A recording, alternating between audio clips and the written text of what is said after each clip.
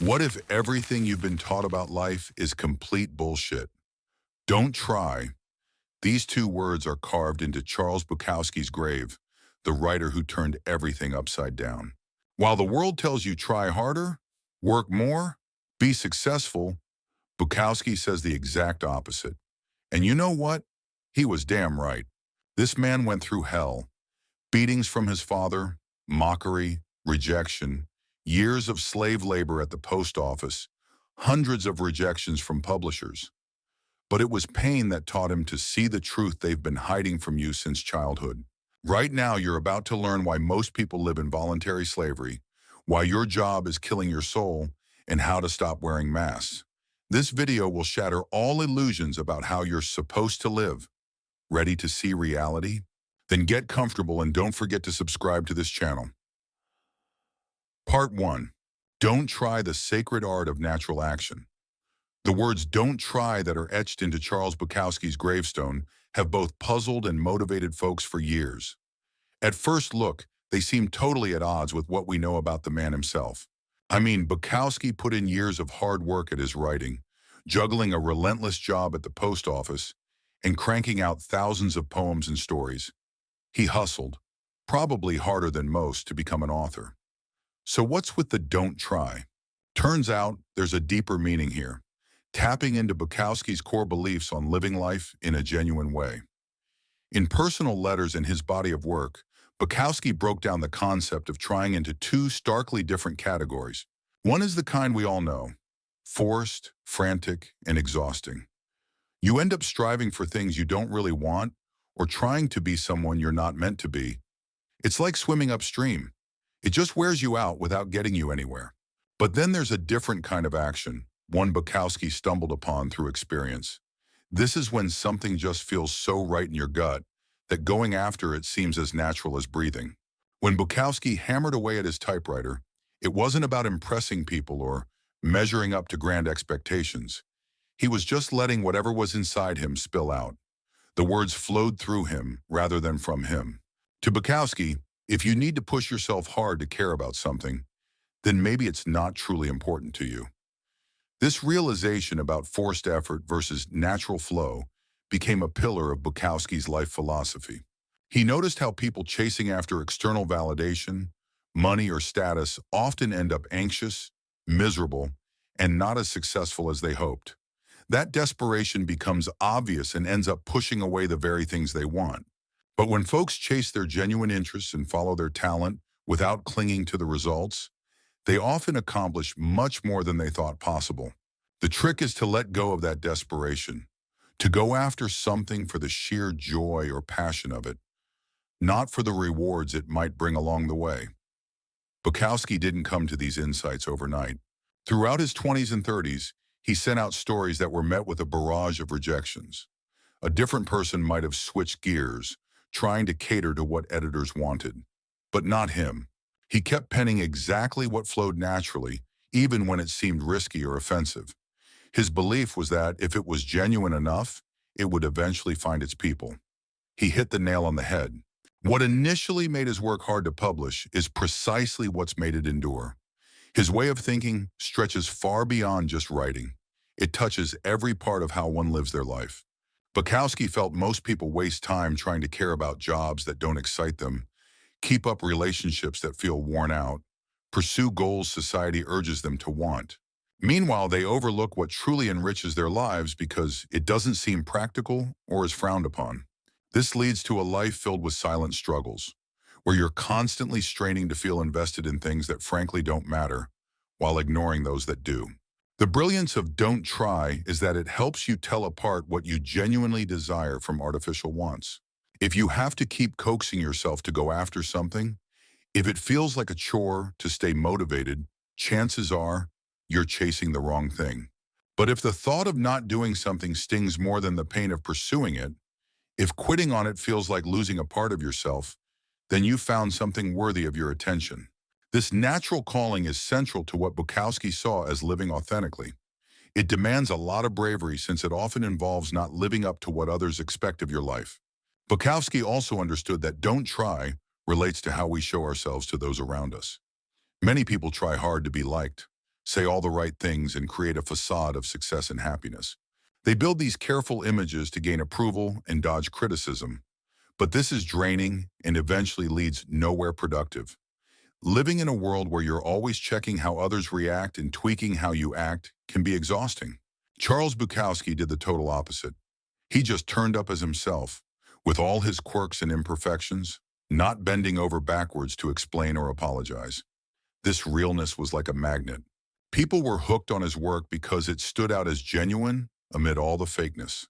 There's a deeper, almost spiritual side to Bukowski's "don't try" philosophy that he stumbled upon through writing. As his career progressed, he discovered that his best writing happened when he stopped getting in his own head. Instead of pushing for clever phrases or deep thoughts, he just told it like it was, raw and honest. The magic came not from trying to be deep, but from being true. He learned that creativity flows best when you quit trying to control it and just let it do its thing. This idea isn't just for creativity, it's a life lesson too. Life gets way more awesome when you stop forcing things to happen and just go with what unfolds naturally, reacting in a genuine way. Don't try is also about knowing the difference between real confidence and just acting tough. A lot of folks saw Bukowski as a rough and tumble guy, a rebel who couldn't care less about opinions. But if you really knew him, you'd see that his tough facade wasn't about trying to scare anyone. It came from not needing a pat on the back. He had made peace with himself, flaws and all, which freed him from the need to prove stuff to others. This kind of real confidence is rock solid because it's not based on what others think. It's all about knowing yourself and being cool with it, even if others don't get it. This philosophy also shines a light on dealing with failure and setbacks. Most folks go out of their way to dodge failure, or when it hits, they pretend it doesn't sting. But Bukowski handled it differently. He owned his failures, embracing them openly and extracting lessons without turning bitter. When his early stories got the big thumbs down, he didn't try to fool himself into thinking it didn't hurt. He felt the disappointment, let it fuel his next piece, and got back to work. His honest approach to failure made him tougher and more durable compared to those who shield themselves from letdowns. In the end, "don't try" boils down to trusting yourself enough to follow your instincts instead of cramming yourself into boxes that don't fit. It's about having the guts to let people down rather than living a falsehood. It's realizing that the most impactful actions come not from sheer determination, but from being in sync with who you truly are. When you stop trying to be someone else, you can finally embrace the real you. And that authentic self, with all its flaws and uniqueness, is way more valuable than any picture-perfect image you might chase after. This is perhaps the boldest aspect of Bukowski's philosophy. In a society constantly urging us to better ourselves, optimize everything, and reach for more, he offers a radical idea. The key to a fulfilling life might actually be to ease up and trust what comes naturally. Part 2. Seeing suffering as the ultimate teacher. Most philosophies out there try to steer folks away from suffering, or at least dial it down a bit. But Bukowski, he took the road less traveled. He saw suffering not just as something you can't escape, but as a must-have if you want any real sense of what it means to be a person. Now, this wasn't some sort of twisted love for pain or a sign of depression. It was the wisdom he earned the hard way, after dragging himself through years of hurt and coming out the other side with insights that a cushy life just doesn't offer. Looking back at his childhood, you'd find a father who would beat him mercilessly, making him strip down and whipping him with a razor strap until his back was raw. His teenage years weren't much kinder, what with his face full of severe acne leaving lifelong scars and making him the butt of jokes and rejection. What these early lessons taught him was simple. Pain isn't some rare oddity, it's woven into life's fabric. Instead of trying to bury or escape these memories, he made them his guide to life's true nature, peeling back the shiny layer most people try to keep intact. What Bukowski unearthed through his suffering was how pain has this knack for tearing down all the little myths and pretenses we cling to shield us from the cold, hard truth. When real pain, whether it's in the body or the heart, takes center stage, all those polite fibs that grease the wheels of social life fall apart. You end up seeing yourself and others as they truly are, minus the masks and roles that usually hide reality. This raw honesty life forced upon him laid the groundwork for how he saw the world. He learned to prefer this clear-eyed truth over the cozy feelings that come from sidestepping tough realities. He also realized that different kinds of pain teach you different lessons. The bite of physical pain serves as a reminder of the body's limits and its fragility. Emotional wounds run deep, showing you just how much humans crave connection and how love, betrayal, or loss can cut deeply. Scraping by financially opens your eyes to power, class, and how society sorts people into winners and losers. Bukowski lived through all this suffering and more, each experience adding to his grasp on what it means to be human. To him, those who'd been shielded from hardships seemed like kids still believing in fairy tales, a bit naive. But his take on suffering wasn't just about toughing it out. He felt that how you handle suffering decides whether it breaks you or makes you wiser and stronger. The trick isn't to dodge pain or drown in it, but to face it head on and scoop up whatever wisdom it holds. This demands a courage many folks never find, because they're too busy sidestepping anything they don't find comfortable. Bukowski, on the other hand, decided to lean into the pain, dissect it, and uncover the truths hidden within. This path showed him that suffering unveils parts of yourself that comfort keeps hidden. When life's smooth sailing, it's no sweat to keep a rosy view of yourself, thinking you've got life all figured out. But when you're thrown into chaos, when you're down and out or heartbroken or broke, your true self steps into the light. You get to know your selfish side, uncover your buried fears, and see how far you'll bend your principles when push comes to shove. These revelations hurt, sure, but they're priceless because they let you know the real you, not the version you'd like to be. Bukowski also saw that those who'd never really been through the ringer tended to lack empathy and depth. They might have the traditional marks of success, but they often come off as shallow, quick to judge, never having faced their own vulnerabilities. In contrast, those who've truly suffered often build a well of compassion and understanding you can't gain any other way. They're aware everyone has their own battles, that everyone puts on a brave face to hide their private struggles. This insight makes them more forgiving of people's flaws and more grateful for small acts of kindness. He also noticed that out of suffering, creativity could blossom. Some of his most powerful writing sprouted from his darkest days, the pains of his younger years, the humiliation of dead-end jobs, the heartbreak of broken relationships. All this became the raw stuff that fueled poems and stories resonating deeply with readers. He figured out how to turn his pain into art. He didn't make it more beautiful or try to glamorize it, but instead he told it like it was, with such raw honesty that it struck a chord with others who saw their own struggles in his words. This turned his pain into something meaningful, something with a purpose that went beyond its immediate discomfort. Bukowski also saw a deeper, almost spiritual side to suffering. He realized that pain has a way of stripping away all the unnecessary stuff in life. When you're in real pain, you stop giving a damn about things like status, looks, or what others think. You're left with the bare essentials, focusing on survival and what truly matters to you. This process, while painful, can be freeing because it highlights what's truly important and weeds out all the background noise. Some of his most profound thoughts emerged when suffering had stripped everything down to the essentials, leaving him to confront reality head-on. Bukowski didn't believe in hiding suffering or pretending to be happy when you're not. He thought that this kind of emotional fakery only made the pain worse by causing people to suffer alone. By putting his own suffering out there for others to read, he allowed people to acknowledge their own pain instead of pretending it wasn't there. This honesty helped create a feeling of connection and togetherness among folks who otherwise felt isolated in their suffering. He showed that when you face pain with honesty and share it openly, it can actually bring people together rather than pushing them apart.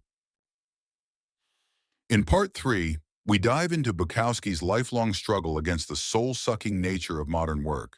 He wasn't just battling personal demons, but was critiquing the whole capitalist setup that prioritizes profit over our human needs. His books, Post Office and Factotum, aren't merely tales about dead-end jobs. They're deep reflections on how work, when empty of meaning, erodes our very essence. Bukowski spent over a decade sorting letters at the Los Angeles post office, a grind that involved mindlessly filing mail while dodging supervisors barking orders to hustle. The job was physically grueling, mentally draining, and stripped workers of their humanity. People were treated like cogs, expected to churn out repetitive tasks at lightning speed, with zero room for innovation or dissent. Bukowski's own body paid the price with chronic aches, but the mental toll, that was even more brutal. He saw sharp, talented folks turn into robots, their spirits crushed by the constant push to deliver more, while human dignity got tossed aside. What really shook Bukowski about modern work was how it swallowed people whole. They'd spend their prime hours doing pointless tasks for someone else's profit, only to return home utterly wiped out, barely managing a nod toward the things they actually cared about. Health, relationships, creativity, dreams, all thrown into the sacrifice pile for a financial security that often proved a mirage. He viewed this as voluntary slavery, a trade of freedom and dignity for just enough cash to keep the hamster wheel spinning. Bukowski realized most jobs under capitalism are basically pointless, not meeting real human needs but existing just to line the pockets of business owners or uphold systems that favor the wealthy. He cut through the noise that tried to make workers feel proud of some nebulous contribution to society. If most office gigs vanished, he'd argue, the world might actually run smoother. This understanding let him dismiss the idea that work was inherently noble, no matter its kind or purpose. Bukowski's critique wasn't just economic. It was a deeper look at what meaningless work does to our psyche. He saw it forcing people to split into two selves, one that obediently jumped through hoops for a paycheck, and another struggling to stay true to their own identity. This schism carried into life beyond work, making independent thought, real interests, and sincere relationships harder to nurture. Work didn't just rob them of hours, it robbed them of self-identity and left them feeling estranged from their own hopes and skills. He drew a stark contrast with traditional forms of labor, focused on actual human needs. Think of a farmer raising crops, a craftsman making something useful, or an artist painting beauty, all meaningful work far beyond the cash it might bring. In such work, people could see the impact of their hands and feel proud of adding to the common good. But modern jobs often involve shuffling papers or crunching numbers with no visible link to anything truly beneficial. Workers couldn't puff their chests in pride because they couldn't see how their efforts helped anyone. Through his character, Henry Chinaski, Bukowski embodied resistance to this depersonalizing system. Chinaski refused to spend his life shackled by work he despised. He consistently quit, got fired, or just vanished when the nonsense hit a high. He'd rather face poverty and chaos than the slow death of selling his time to bosses who saw him as just another cog. This wasn't laziness. It was an act of defiance against a system that asked him to trade his soul for mere survival. Chinaski realized that safeguarding his personal values was more crucial than having financial stability. Bukowski noticed that work dynamics mirrored and supported larger power structures within society. Many times, bosses and supervisors turned into little dictators, feeling powerful with their small bit of control over others. They didn't just want workers to follow orders, but to act as though they loved their own exploitation. This mental manipulation could be more harmful than the financial aspect because it made people lie to themselves about what they truly felt. Workers were forced to grin while being disrespected, to pretend to be thankful for jobs they despised, and to hold back their natural reactions to unfair treatment. The writer saw the false promise that one could advance by simply working hard. It was mostly just a strategy to keep everyone in line. He noticed the ones who climbed the ladder weren't necessarily the hardest working or most skilled, but the ones most eager to conform and flatter the right people. In many organizations, being successful had little to do with real talent. What really mattered was being good at office politics and blending in with the company's culture. As a result, those who were genuine and creative often didn't move up, while those who were better at scheming did. The system tended to reward the traits that made individuals lose a bit of their humanity. Bukowski didn't aim to fix this system, but chose to get away from it as much as possible.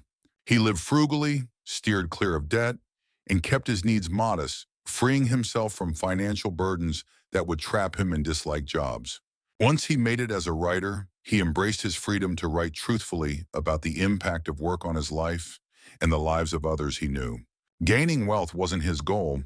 Instead, he sought the fundamental dignity of making a living from meaningful work that stayed true to his beliefs. He aimed to inspire others to have the courage to say no to societal pressures that push them to trade their humanity for monetary success. Part 4. Authenticity in a world of masks. Living truly as yourself might be the toughest part of Bukowski's beliefs.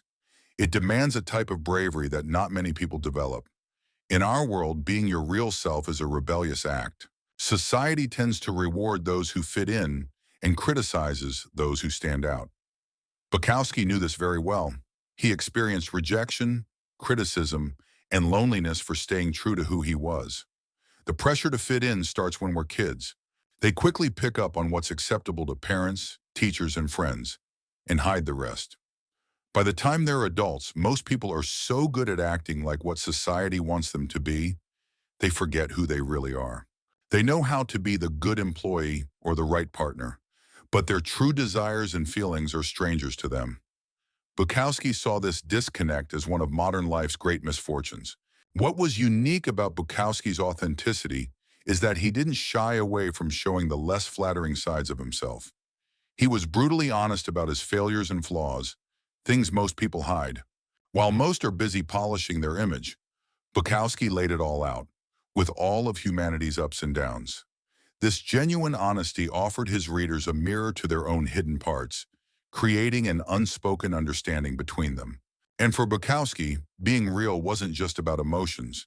It was about being truthful in thought, too. He wouldn't jump on the bandwagon of popular ideas just to look smarter or more enlightened. If he thought differently, he'd say it, even if it didn't make him popular, even if it could have hurt his career. He'd rather be seen as rough around the edges than give up what he truly believed to fit the mold of the literary or social elite. Bukowski knew that being real means accepting what comes with it.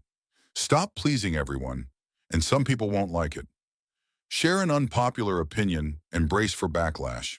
Refuse to play along with social niceties, and you might miss out on certain relationships or opportunities. Bukowski faced all that, but decided the freedom of being himself was worth it. He preferred a few real connections to many fake ones. He also faced his own failures openly, not pretending to be the perfect success story. Bukowski wrote about his drinking, troubled relationships, money problems, and personal shortcomings. Instead of claiming to have all the answers, he showed himself as flawed and human, much like anyone else.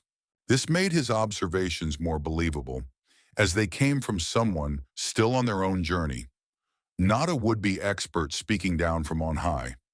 He saw that most people's personalities are crafted to win praise and avoid punishment. People emphasize traits that get rewarded and ignore those that don't. These acts become so routine, people forget they're acting.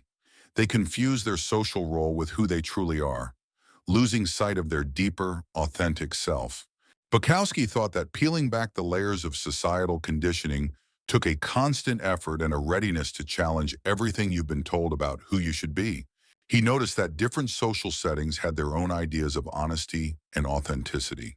Often, what seemed like honesty among middle-class folks was just a refined act, where people shared just enough about themselves to appear genuine without really revealing anything too personal. True authenticity, the kind Bukowski lived by, was riskier because it involved embracing the messy, embarrassing, and socially frowned upon aspects of human nature. It was about owning up to thoughts and feelings that might hurt your social standing or relationships if they got out. This level of truthfulness took a kind of bravery not many have. Bukowski's style of being authentic also meant accepting the contradictions within himself instead of trying to stick to a single, consistent persona. He could be harsh and kind, pessimistic and hopeful, selfish and giving, all in one day or even in one conversation. Instead of trying to smooth out these contradictions or hide the ones that didn't fit the image others had of him, he embraced the full, complex reality of being human. This made him strike folks as more authentic than those who aimed to always appear virtuous or consistently any one thing. He understood humans are naturally full of contradictions, and trying to erase them leads to a kind of psychological demise. For Bukowski, the true test of authenticity was whether you could remain yourself when alone. Many have gotten so used to playing roles for others, they can't just be themselves when there's no audience. They get uneasy with silence, with their own thoughts, lacking outside validation or distraction. Bukowski worked on being content alone, relishing his own thoughts and feelings without needing others' approval or entertainment. This self-reliance was at the heart of his authenticity, as it meant he didn't rely on others' reactions to define his self-worth or the value of his life. Part 5.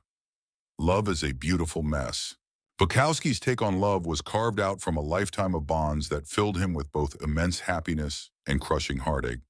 While some poets painted love as a dreamy fantasy and others shunned it completely, Bukowski believed love was the most enchanting yet disastrous force in our lives.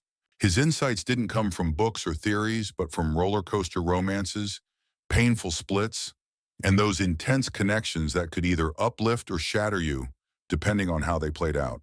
The cornerstone of Bukowski's perception of love was his time with Jane Cooney Baker, a drink-loving widow who was a bit older than him, 11 years to be exact. Society might have frowned upon Jane as a partner. She wasn't younger, slimmer, or wealthier. She drank as heavily as he did, yet their bond ran far deeper than looks or social norms.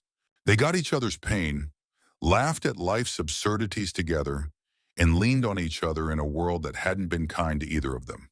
When Jane passed away in 1962 due to alcohol-related issues, Bukowski was left with a deep scar that would forever alter how he viewed love. This journey taught Bukowski that true love wasn't about hunting for perfection, but finding someone whose flaws matched your own in a way that felt right. Both he and Jane were flawed, but their flaws meshed together, somehow making them a more solid pair than they were alone. This revelation made him realize that chasing an ideal partner was a misguided quest. Love wouldn't magically erase your troubles. Rather, it gave you someone to grapple with them alongside. Real love was about wholeheartedly accepting someone, warts and all, and feeling that acceptance back despite your own shortcomings. Bukowski also grasped that love involved an inherent contradiction. The traits that initially pull you towards someone might later be the very things causing friction. That impulsive and wild charm that lures you in initially might also mean they're unreliable. The fiery passion creating sparks might eventually bring drama and unease. And the independence you first admire might transform into a reluctance to commit or bend in the relationship.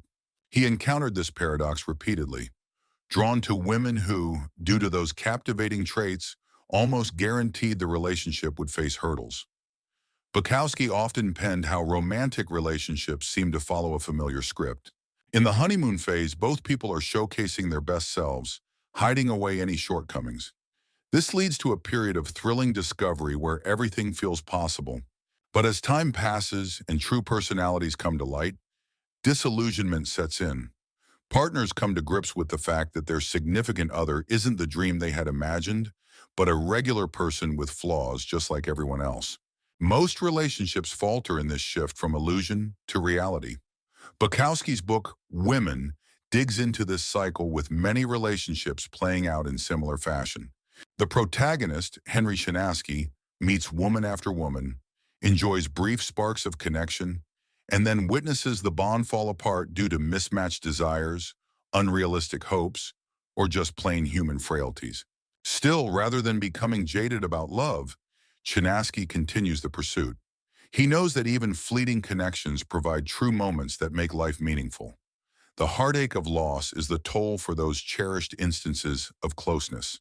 Furthermore, he delved into how love often transforms into a battleground for control. People wield sex, affection, and emotional games to steer their partners and get what they need. They might withdraw love as a form of punishment or offer it as a reward, using the threat of pulling away as leverage in the relationship. Bukowski witnessed these dynamics play out in his life and those of couples around him. He had come to the realization that playing power games in a relationship typically ruined any real feelings that were there in the first place. morphing love into a kind of battle where everyone ends up losing. However, Bukowski also knew there were times in his relationships when the games paused, allowing true closeness to occur. These were often short-lived and delicate moments when both people let their guards completely down, seeing each other truly and without any agendas. In those times, he found a kind of connection and understanding that made all the struggles and heartaches seem worth it. He learned to cherish these moments while they were occurring without expecting them to last forever or trying to stretch them out past their natural end. This acceptance of life's temporary nature enabled him to savor love when it was around without letting its eventual ending tear him apart. Bukowski wasn't a fan of the widespread belief that love should bring happiness. From what he had experienced, love was more likely to make you feel miserable because it left you open to being hurt, feeling jealous, facing disappointment, and dealing with loss. But it also brought a sense of being truly alive, capable of deep feelings, and more in touch with your own humanity and that of others. He preferred the intense experience of loving and losing over the safety of feeling nothing at all. This mindset kept him searching for new relationships, even though he knew they might end poorly based on his past experiences. He knew the alternative to risking pain was to accept a kind of lifeless existence where nothing really mattered because you had distanced yourself from caring. The philosophical side of Bukowski also recognized that love unveils more of who you truly are than any other experience. When you're in love, it's much harder to keep up your defenses and pretenses. You might become jealous, clingy, unreasonable, and needy in ways you usually wouldn't allow. But you might also find yourself capable of acts of kindness, tenderness, and selflessness you didn't know you could do. Love strips you down to your core, revealing both the beautiful and the ugly sides of who you are. This self-awareness, no matter how painful, was valuable to Bukowski because it helped him understand himself better and write about human nature with more accuracy and depth. Part 6. A lot of folks get anxious about being on their own, but Bukowski found that being alone wasn't just a necessary part of his life. It was vital for keeping it real. His connection with solitude was tricky and shifted as he aged, yet it became a key part of how he thought one should live genuinely in a world that constantly urges you to conform and put on a show. For him, solitude wasn't about feeling lonely. It was like a sacred corner he could retreat to, where he could meet himself without the skewed views other people tend to impose. Bukowski figured out early on that he wasn't like most people, and that made mingling with others tiring and sometimes downright painful. Growing up with abuse and feeling cast aside taught him that people often bring hurt instead of comfort. As he matured, he realized he had beliefs, values, and ways of thinking that didn't align with mainstream expectations. Instead of changing to fit the mold, he accepted his outsider role and built a life that respected his need for space and independence. He keenly grasped why so many folks dread solitude. They aren't at ease with themselves and try to drown it out with endless busyness and interaction, avoiding their own thoughts and feelings. This escape from being alone stops them from truly understanding themselves or developing an inner resilience. They end up depending on outside approval and excitement, losing the knack for crafting their own sense of purpose and meaning. Bukowski saw this reliance as a psychological chain, making people easy to steer and manipulate. For Bukowski, his reality came alive in solitude. It was his time for writing, thinking, reading, and deeply feeling. Socializing, while sometimes unavoidable and occasionally fun, was mainly about putting on a version of himself that others could handle.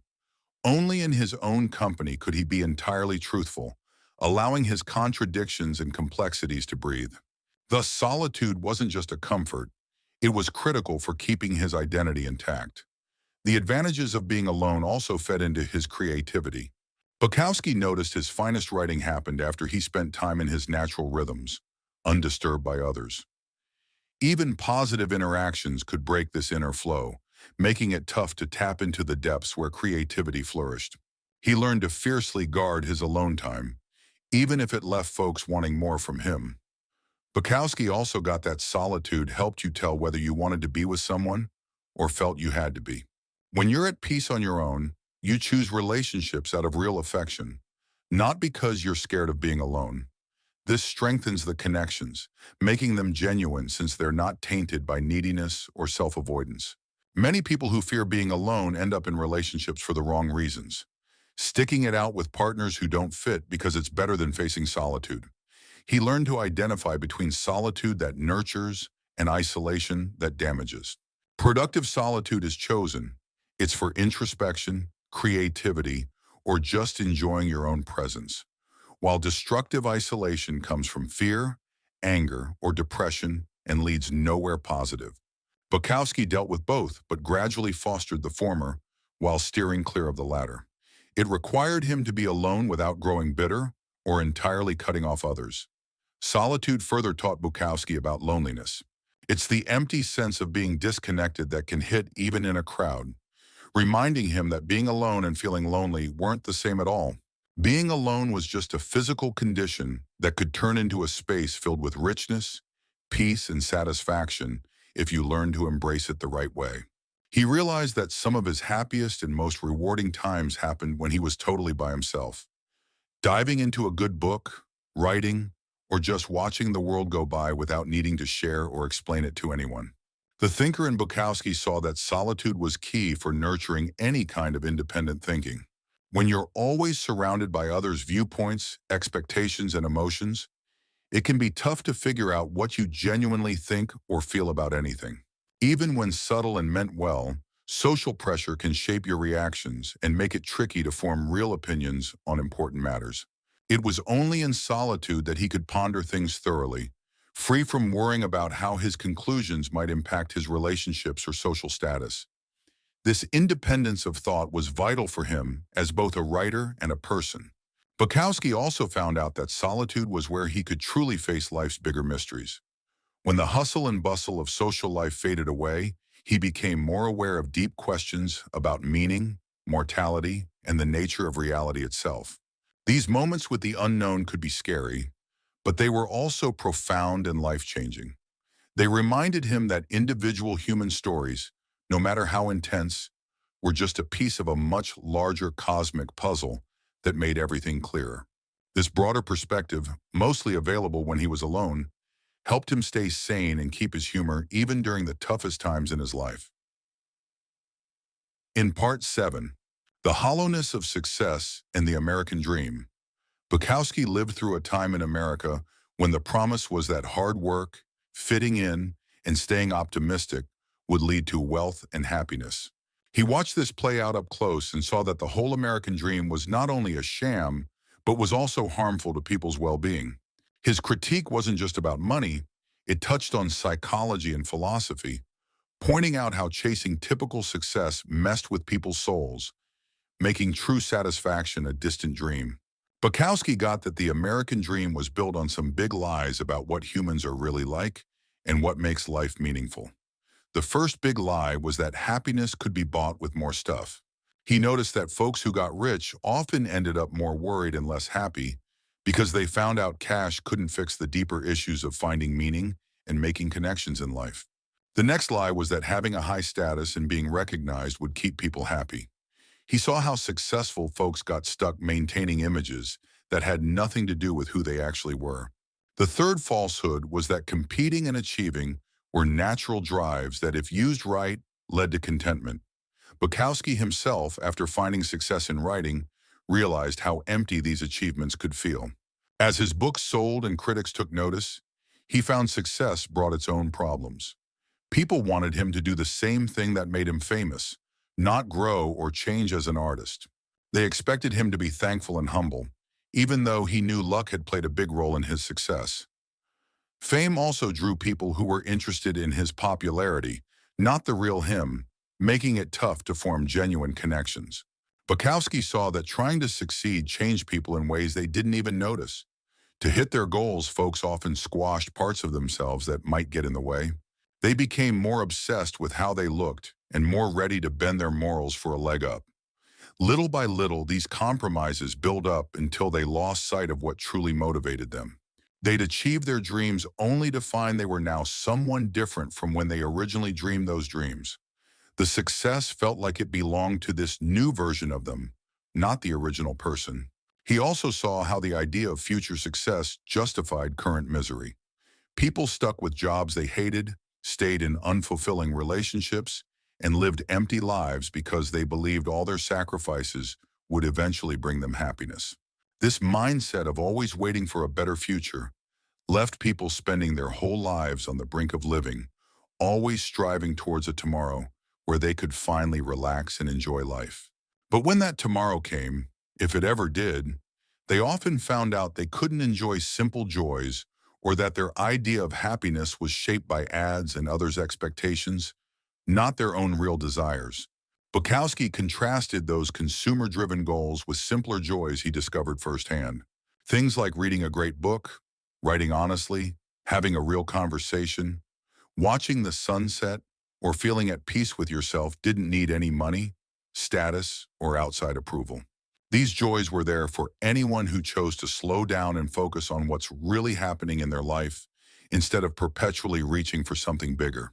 Yet success culture made these simple pleasures feel inadequate or a sign of a lack of ambition. This worldview also created false scarcity, teaching that worth was something measured against others rather than an absolute. Instead of feeling satisfied with what they had, folks were pushed to constantly weigh themselves against others, feeling dissatisfied whenever someone else seemed to have more. This kind of thinking made it impossible to be content because there would always be someone richer, more famous, or more accomplished to feel envious of. Bukowski waved off this competitive mindset, choosing instead to focus on whether his own needs were being met rather than worrying about how he measured up against others. This approach allowed him to find happiness with relatively little, while others with so much more stayed perpetually unhappy. He got that the American dream was particularly harmful because it suggested anyone could make it big with hard work, all while ignoring the systemic barriers that kept a lot of people from getting there. This set up a blame game where those who didn't find success were told they just didn't work hard enough or want it badly enough. Bukowski saw through this illusion because his own experiences taught him that success often turned on factors out of one's hands, like luck, timing, family background, and even genetics. He realized that the myth of success primarily benefited those already sitting at the top by making inequality seem normal and justified. Most crucially, Bukowski understood that chasing conventional success often meant becoming the kind of person you hoped you'd never become. To climb the ladder in cutthroat environments, you had to be sneaky, dishonest, and willing to step on others to get ahead. Caring about winning more than fairness, about making money rather than human well-being, and about appearances rather than what truly mattered became necessary. The traits that brought external success often clashed with internal peace and true human connections. This meant that going after the American dream often required letting go of the ideals that once made life feel meaningful. So, Part 8. For Bukowski, death wasn't some far-off notion, but a real presence that profoundly influenced his take on life and its values. His own health scares, witnessing the deaths of close ones, and observing how death peeled back the layers of societal illusions, taught him to embrace life's transience. Instead of ignoring or avoiding the thought of death, Bukowski let his understanding of life's fleeting nature steer him towards what truly mattered. His relationship with death became personal early on, particularly with Jane Cooney Baker's death in 1962. Her passing from alcohol-related issues rocked his world, yet it also revealed to him that love and loss are intertwined. Her loss forced him to face the temporary nature of everything he cherished, making him see that this transience didn't strip meaning away from things, but made them even more valuable.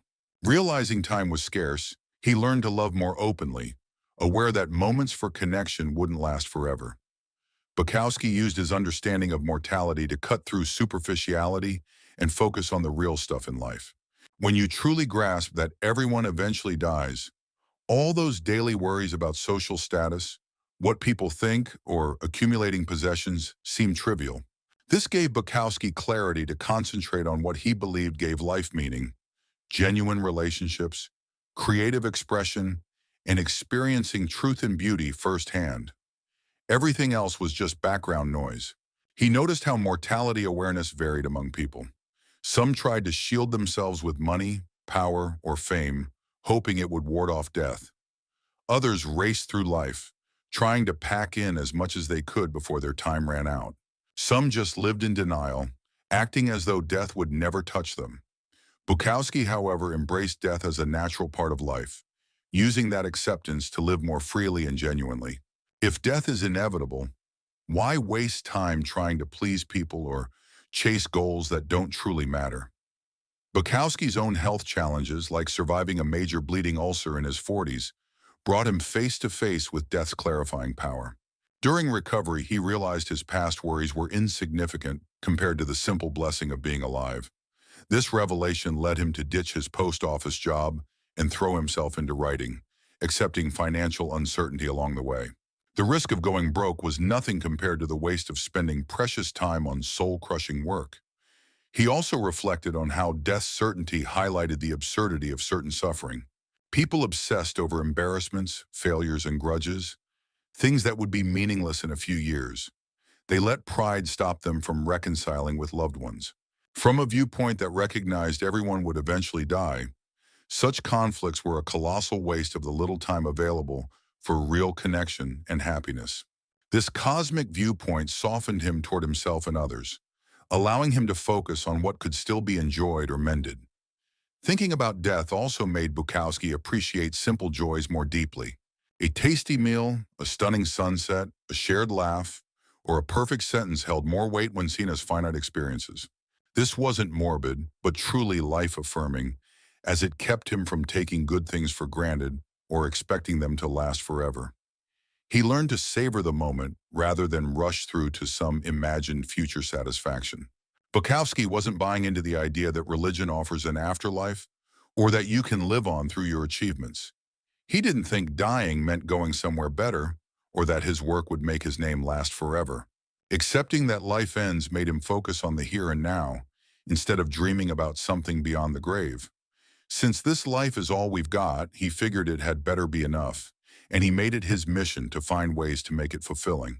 This way of thinking pushed him to dive headfirst into the present instead of putting off happiness for later. More than anything, Bukowski felt that acknowledging death's inevitability was freeing. It removed a lot of the fears that many people let run their lives.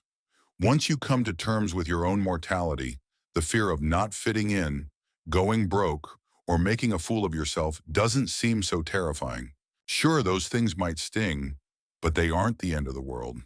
With the certainty of death looming anyway, he saw little reason to organize his life around dodging smaller pains. This fearlessness let him be bold, talk straight, and stick to what he believed in, rather than what society expected. Oddly enough, death showed him the way to truly live. Part 9. The Belief in Raw. Experience for Bukowski, living life firsthand was the only way to truly grasp truth and wisdom. He didn't trust theories or knowledge passed down from others unless it had been tried and tested in real-life situations. This mindset led him to embrace what can be seen as a belief system centered around raw experience. Here, understanding didn't come from studying or reflecting, but from directly diving into the whole range of human life, even its grittiest and most unpleasant parts. Bukowski noticed that many folks seemed disconnected from reality. They saw the world through the lens of others' views, societal norms, and abstract ideas which skewed their grasp of what's truly happening around them. They understood what they were supposed to feel about love, work, success, and life's meaning, but had minimal first-hand knowledge of these concepts beyond how they were portrayed in media or talked about socially. Instead, Bukowski chose to rely on what he himself saw, felt, and went through. His dedication to living raw experiences meant he willingly put himself in situations most would shy away from. He hung out with alcoholics, criminals, and society's outcasts, not because he found their lives romantic, but to really grasp the spectrum of human experience. He took on crummy jobs, lived with little means, and entered into turbulent relationships because he believed comfort and ease didn't really show a person's true nature under stress. Pain and failure taught more than success and happiness because they peeled away facades, revealing true character. This philosophy seeped into his writing too. Instead of sculpting pretty or feel-good prose, Bukowski poured his real-life experiences, thoughts, and feelings onto the page, not caring if it made him look good or pushed a particular idea. He wrote about hangovers, disappointments, mean-spirited behaviors, hookups, and despair, treating them with the same honesty as rare moments of beauty or insight. This focus on truth over polished storytelling led to work that resonated more deeply with authentic human experiences than the tidy narratives most authors crafted. Bukowski understood raw experiences often clashed with popular notions of how life should be. People were led to believe that being good got you rewards, hard work paid off, love won, and justice was served. But he found life was messier and less just. Good people suffered, the undeserving thrived, great talent went ignored while mediocrity was celebrated, and love could end in heartbreak. Instead of trying to sugarcoat these findings using mainstream ideas, he laid them bare and let readers decide what it all meant. This belief in raw experience also meant Bukowski was always ready to update his views with new insights, rather than sticking to ideas that no longer fit. He wasn't afraid to admit when he was wrong, and would adjust his perspective when new experiences shed light on something different. This open-mindedness was unusual among writers who often clung to old ideas even after they stopped believing in them. Bukowski's dedication to truth over maintaining consistency gave his work an energetic, evolving quality, avoiding being rigid or preachy. This approach also shaped how he saw himself. He didn't hold on to a fixed self-image or try to direct his growth down a certain path. Instead, he allowed his personality and beliefs to change as life challenged him. He examined his own actions, inconsistencies, and growth with the same curious detachment that he used when observing others. Instead of relying on those typical self-improvement tricks, he gained deep self-awareness by being brutally honest with himself. This gave him a unique knack for understanding people, making his writing more spot-on when it came to the human psyche compared to authors aiming to paint themselves in a rosy light. Bukowski got that raw experiences were about both the physical stuff and the emotions. He really tuned into his body, feeling hunger, exhaustion, desire, and pain, seeing how these physical experiences were just as crucial as the mental or emotional ones in forming who you are and how you make sense of everything. This whole idea of learning through your body didn't sit well with the more brainy writers who saw the mind as the boss. But for Bukowski, your body held truths about reality you couldn't learn any other way. Hunger showed you what it means to need something. Pain set your limits, and physical joy unveiled happiness in ways no heavy thinking could. He realized that diving headfirst into raw experience meant letting go of certain comforts and illusions that people used to get by. It involved facing truths about yourself and the world that you might rather ignore. You had to be ready to have your beliefs taken apart and your dreams faintly crushed, all in the quest for a clearer vision of how things really tick. Many weren't up for this, clinging to soothing fantasies over harsh realities. But in Bukowski's view, the trade-off was worthwhile because it led to a more genuine and satisfying way of life, even if that satisfaction came with its fair share of hurt and shattered hopes. In Part 10, Bukowski delved into the notion of anti-intellectualism and his belief in the wisdom born from everyday life. He wasn't against learning per se, but he was always skeptical about formal education and the air of superiority that often comes with it. He felt that true understanding came from experiencing life hands-on, not by merely absorbing what others have written about it. This perspective put him at odds with literary circles that prioritized academic accolades and theoretical expertise over the grounded insights Bukowski gathered from dealing with poverty, failure, and being shunned by society.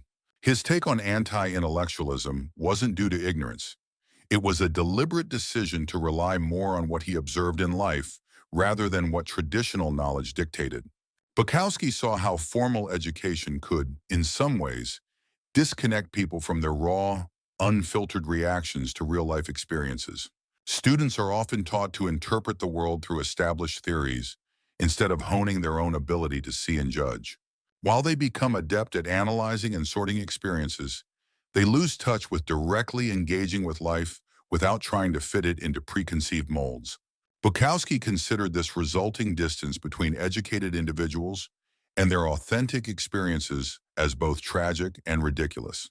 They might know what the academics say about life's big topics, like love and death, but they lacked firsthand experience of these as lived truths.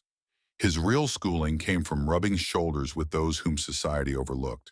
Whether at the post office, in dimly lit bars, at the racetrack, or in low-rent apartments, he met people whose cleverness and insights were never recognized by formal institutions, but who deeply understood human nature and survival.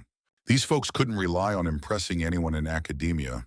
They had to be street smart, learning to read people and situations accurately because their lives depended on it.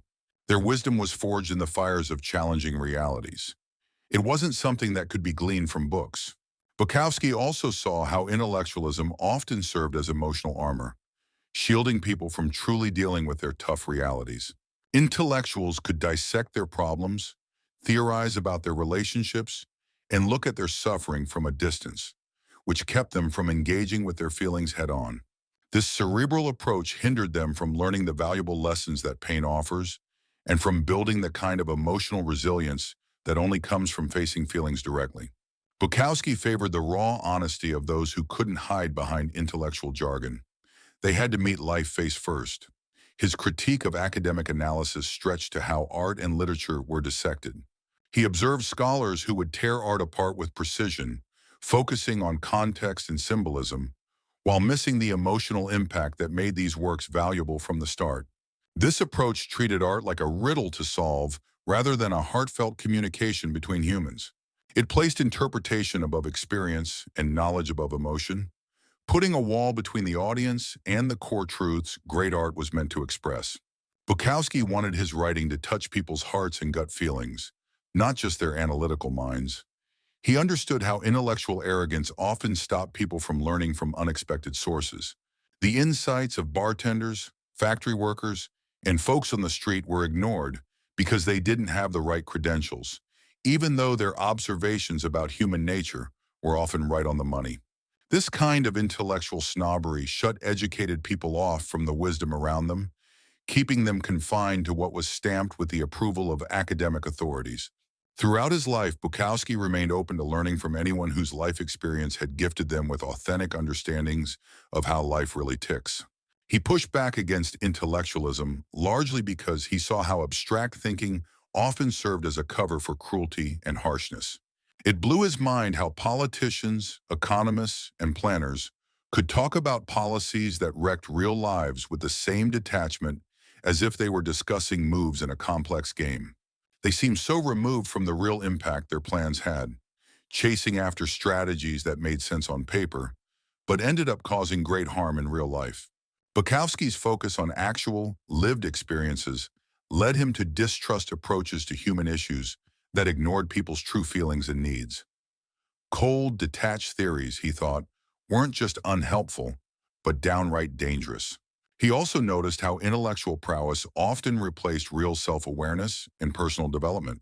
Folks might dive deep into psychology, philosophy, or literature for years, yet never take a good, hard look at their own actions, fears, or motivations. They'd become experts in human nature as an idea, all while staying clueless about their own insides. It gave them this weird sense of superiority, dodging the tough work of genuinely improving themselves. To Bukowski, he'd rather deal with people who honestly admitted they didn't know themselves than those who pretended that studying others gave them insight into their own makeup. That said, Bukowski didn't throw all thinking or learning out the window. He read widely and found much inspiration from the likes of Dostoevsky, Hemingway, and Henry Miller, writers who mixed intellectual depth with raw emotion. What he couldn't stand was the ultra-academic way of thinking that carved a split between thought and feeling, between knowledge and real-world experience. He cherished ideas born from life itself, ones that could tackle real-world problems. His kind of wisdom was the kind that helped people live better lives, not the kind that was just there to show off or impress other brainiacs with its hoopla. For Bukowski, intelligence mattered only if it supported real life and didn't become a way to dodge the truth and chaos of human life. Sure. Part 11. The pointlessness of trying to rescue others. One tough pill Bukowski had to swallow was realizing you can't save people from themselves, no matter how much you love them or how clearly you see what they should do. differently. This realization hit home after he saw people he cared about spiraling due to addiction, poor decisions, and harmful habits, and his attempts to intervene only seemed to backfire. It was a bitter truth because it meant accepting that even love and great intentions weren't enough to stop those around him from causing themselves immense pain. Looking back at his days with Jane Cooney Baker, Bukowski saw this pattern play out strongest. He loved Jane deeply and noticed how her drinking was destroying her. But whenever he tried to convince her to drink less, it just led to fights and feelings of bitterness. She'd promised to ease up and yet end up drinking more than ever, often in secret, just to avoid his disappointment. Over time, Bukowski saw that his concern, even though it came from a good place, felt like criticism and control to Jane instead of love. The more he attempted to save her, the more she pulled back and sank deeper into the habits he hoped she'd avoid. This taught him a hard truth. The urge to rescue someone, even from clear self-destruction, could morph into a form of aggression. He noticed this same situation cropping up in many other relationships and scenarios. Parents aiming to shield their children from mistakes end up driving them away with too much control and critique. Friends trying to pull their buddies out of bad situations find themselves cut off from those they're trying to help. Therapists and social workers trying to save clients not ready to change eventually burn out from the thanklessness of their efforts.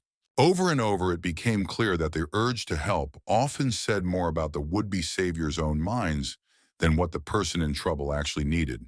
Bukowski started to see that the drive to save others usually rose from his own unease at watching someone suffer, rather than from true compassion. Witnessing a loved one spiral into destructive behavior spurs anxiety and a feeling of helplessness that trying to help can temporarily ease, even if that help is unwanted or doesn't work. The rescuer gets to feel useful and moral, while dodging the tougher job of just being present with someone else's struggles without trying to change them. This dynamic turned helping into a selfish act masked as generosity, where the helper's urge to feel needed overshadowed what the other person really wanted or needed. Bukowski also noticed that many folks were more attached to their troubles than resolving them. Their struggles offered identity, attention, and drama, things they weren't ready to give up, even when solutions were at hand. Addiction, chaotic relationships, financial messes, all these forms of self-damage often filled psychological roles they weren't prepared to substitute with healthier options. Until someone sincerely desired change, all the guidance, backing, and resources in the world would be useless or even make things worse. Change couldn't be forced or coaxed from the outside. It had to sprout from within, once a person had suffered enough to truly long for a different path. Bukowski learned that accepting you can't save others could actually be more loving than trying to intervene. When you let go of the urge to change someone, you can be with them just as they are, instead of constantly signaling discontent with who they are. This acceptance fostered greater closeness, since the other person didn't have to defend themselves against attempts to change them. They could open up about their issues without dreading judgment or advice they didn't ask for, which often made them more inclined to seek help when they felt ready. Paradoxically, stepping back sometimes gave the space for others to change on their own. This belief extended beyond personal relationships to how Bukowski viewed social and political shifts. Although he was acutely aware of the societal injustices and pain around him, he remained skeptical about most organized attempts to reform or improve things. He noticed that a lot of folks who joined social movements seemed more into feeling morally superior than actually lending a hand to those they supposedly wanted to help. The complicated nature of social issues often caused well-meaning reforms to flop, introducing new issues instead of fixing the existing ones. This didn't mean he was numb to suffering. It just made him realistic about what one person could do against huge systemic problems. This view extended to how he thought about his own writing and its impact. He shared his experiences and thoughts honestly, but he didn't expect his writings to change anyone's life.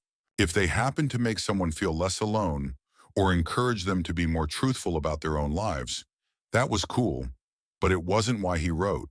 Writing was something he had to do for himself, not because he thought it could save the world or change human nature. This absence of a missionary mindset kept his stuff from sounding preachy, unlike those who wrote with the goal of teaching or reforming others. Perhaps most crucially, What Bukowski realized was that the best way to help others was often by working on yourself first.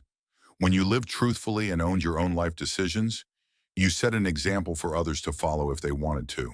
This indirect way of influencing others often worked better than trying to persuade them, as it was about showing rather than telling how life could be different. People were more likely to draw inspiration from someone who'd put in the hard work to change themselves, rather than from someone whose focus was telling others what to do. The deepest way you could assist was by simply being authentically you and allowing others to see what genuine living looked like.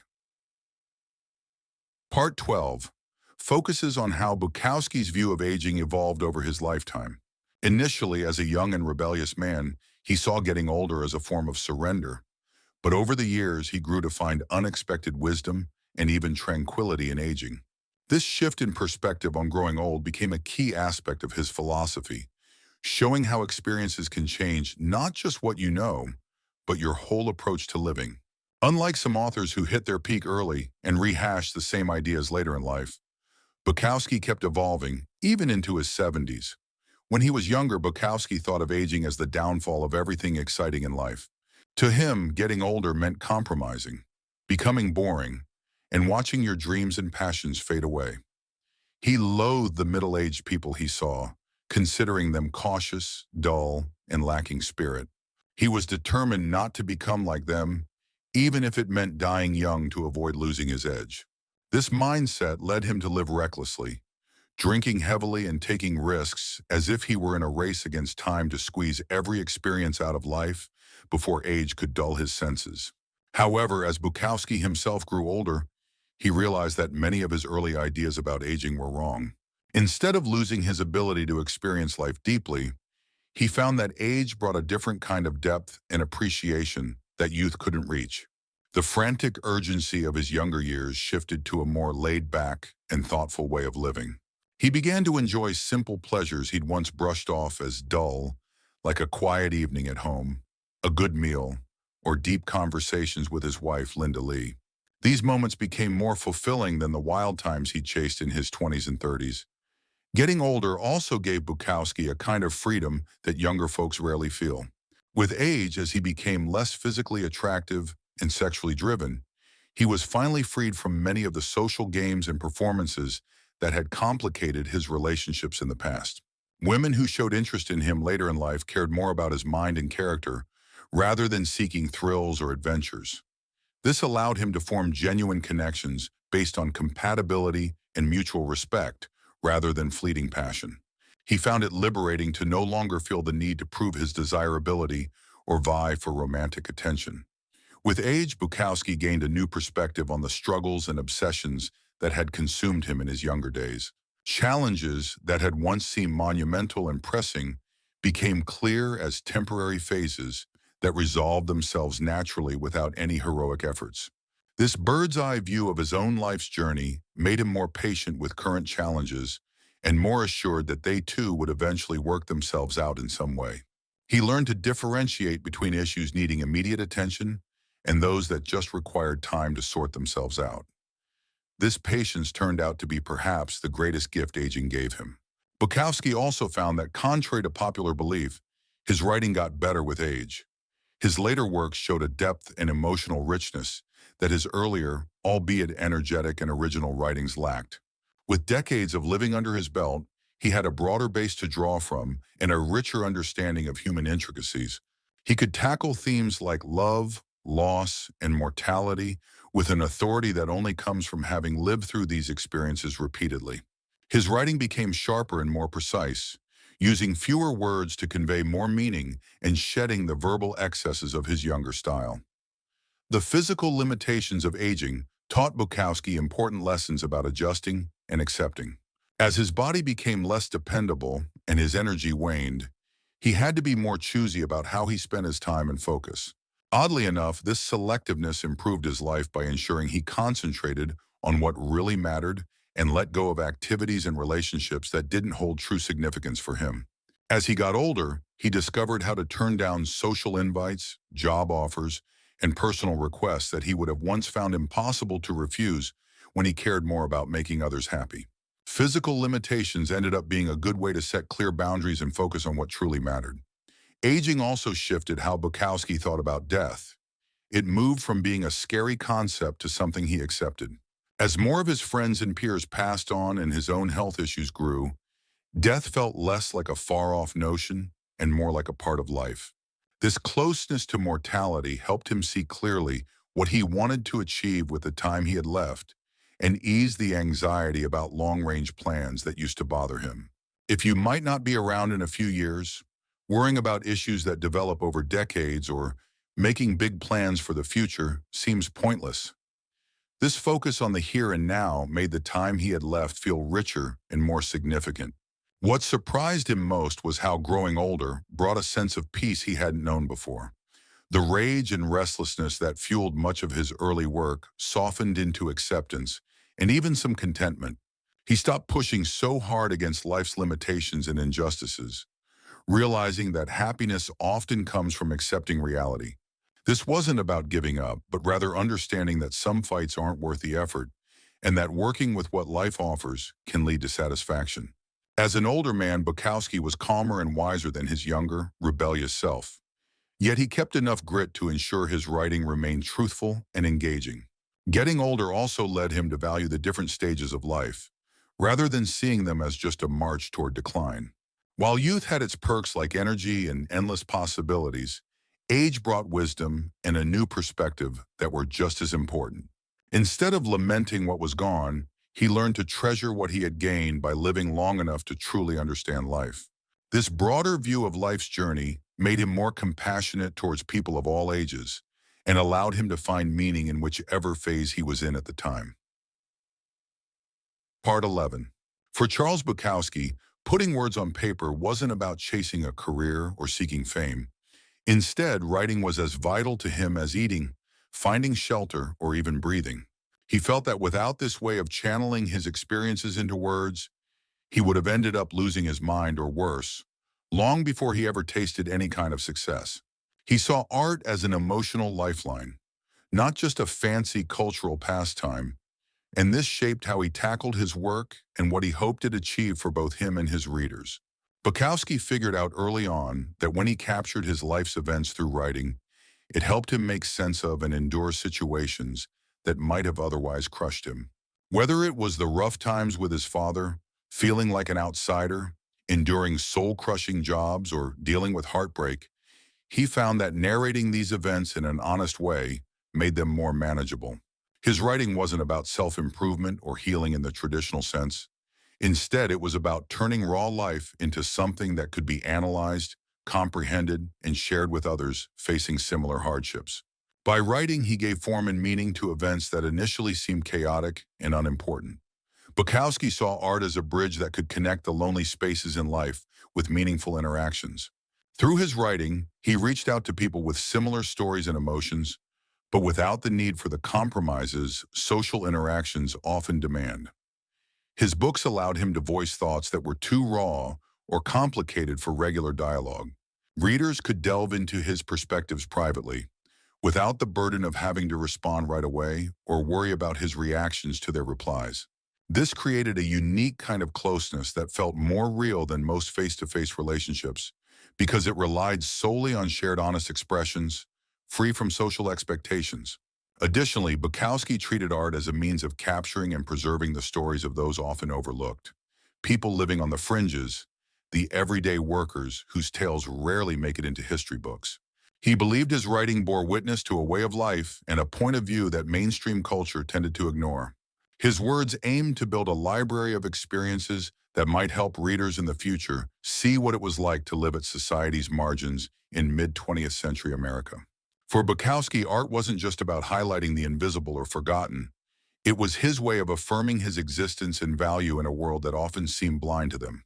Despite societal messages that said his experiences didn't count because he wasn't wealthy, educated, or well-connected, his writing shouted back that his life story was as meaningful as anyone else's. Every poem and story was like a proclamation against the forces trying to belittle him. By turning his life into art, he elevated what many might dismiss as trivial into something that had the potential to endure beyond his lifetime. This wasn't about being grandiose, but about expressing human dignity through creativity. Beyond fulfilling his personal and mental needs, art was Bukowski's financial lifeline. Writing became his way to earn a living without surrendering to a conventional, soul-sucking job. Achieving financial independence was crucial for him since he struggled to fit into regular job settings. His unique personality, principles, and need for independence made him unsuitable for typical employment roles. So art wasn't just a pastime for him, it was literally his bread and butter. This necessity brought a raw energy and genuineness to his work that might have been absent if writing had been just another option. Furthermore, Bukowski realized that art wasn't only a personal survival mechanism. It could be a lifesaver for his readers too. He got loads of letters from folks saying how his books had helped them not feel so alone, gave them the okay to be real about their problems, or just entertain them during tough times. It wasn't because his writing was especially cheerful or inspiring in the usual way, but rather because it let readers see that someone else had been through the same struggles and made it through. His own survival served as a beacon of hope, a sign that they too could endure, even when things seemed bleak. Through his art, a kind of bond formed among people who would probably never meet, but still shared feelings of being out of place and grappling with life's challenges. He waved off the romantic idea that you had to suffer to create art, but he got that it often sprang out of trying to understand hard times. Those who were content and comfy in life often felt no great urge to create, simply because there was no big need to change or rise above their situation. Art came from the gap between how life was and how it could be, from the yearning and restlessness that pushed people to dream up better versions of their reality. It didn't mean artists should go looking for hardship, but it shed light on why many masterpieces emerged from those who had gone through serious struggles. In Bukowski's eyes, art as a way to survive meant he never took writing for granted.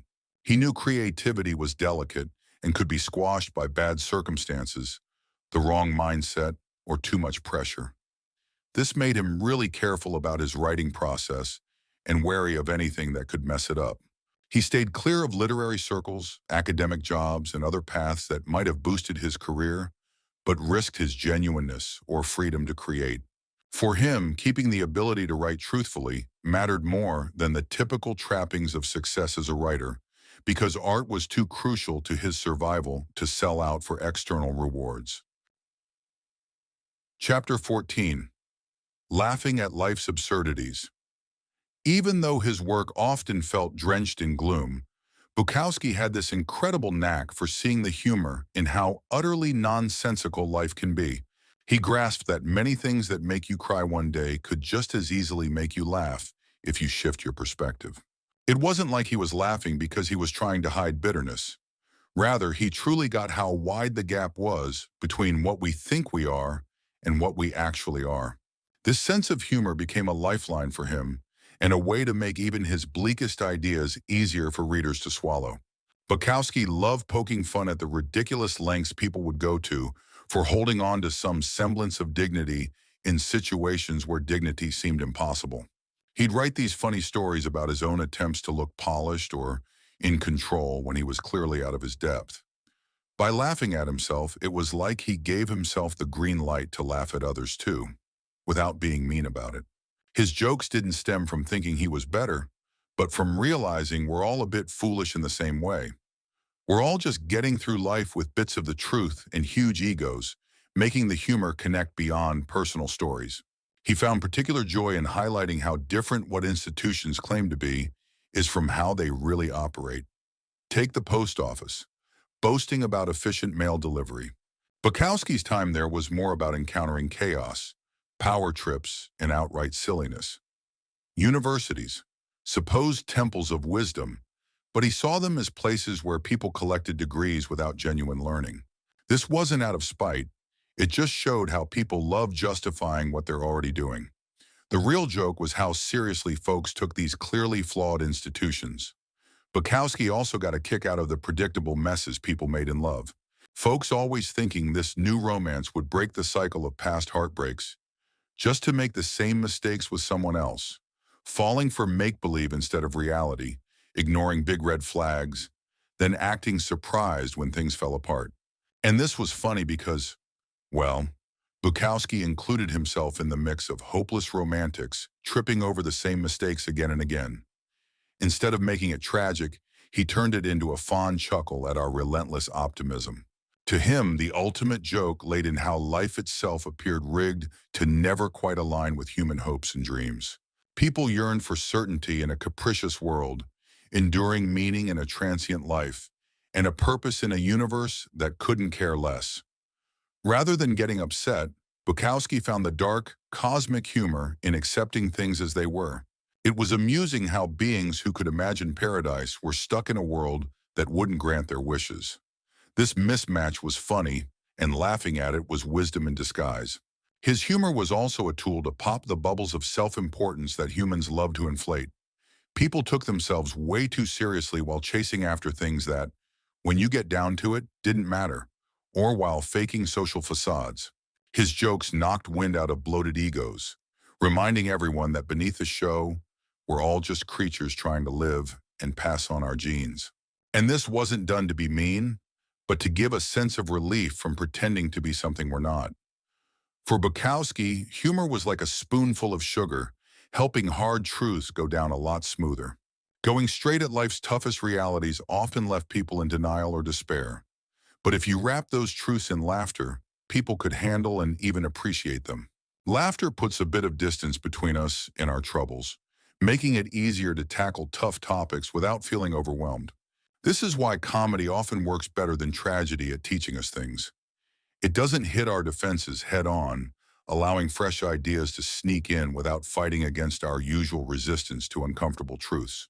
Bukowski had a knack for saying things humorously that might have been rejected if he'd been all serious about it.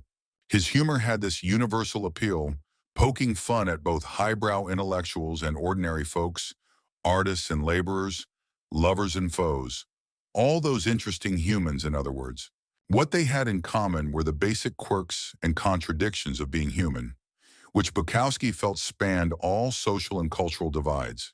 Sure, the details differed, but self-deception, neediness, and bumbling attempts at life were something all people shared. Because of this, his humor was something anyone could enjoy, steering clear of the kind of elitist and exclusive vibes that more highbrow humor sometimes gave off. Maybe most importantly, Bukowski's comedy proved that you could find delight, even amidst real suffering. Laughter didn't solve everything or make pain vanish, but it showed that the human spirit could rise above the gloom by simply recognizing and appreciating life's absurdities. If you could find humor in your situation, it meant you hadn't been completely crushed by it. In this way, humor became a cheeky rebellion against hopelessness, proving that just being aware, just existing, was worthwhile no matter the circumstances. Finding humor in the cosmic joke might just be the most genuinely human reaction to an existence that often seems set up to break our spirits. Part 15. Bukowski always found himself at a crossroads, facing a dilemma we all encounter, even if we like to pretend it's not there. The balancing act between freedom and security. Time and again, when he hit those pivotal moments in life, Bukowski leaned towards freedom, choosing to be true to himself rather than cozying up to safety.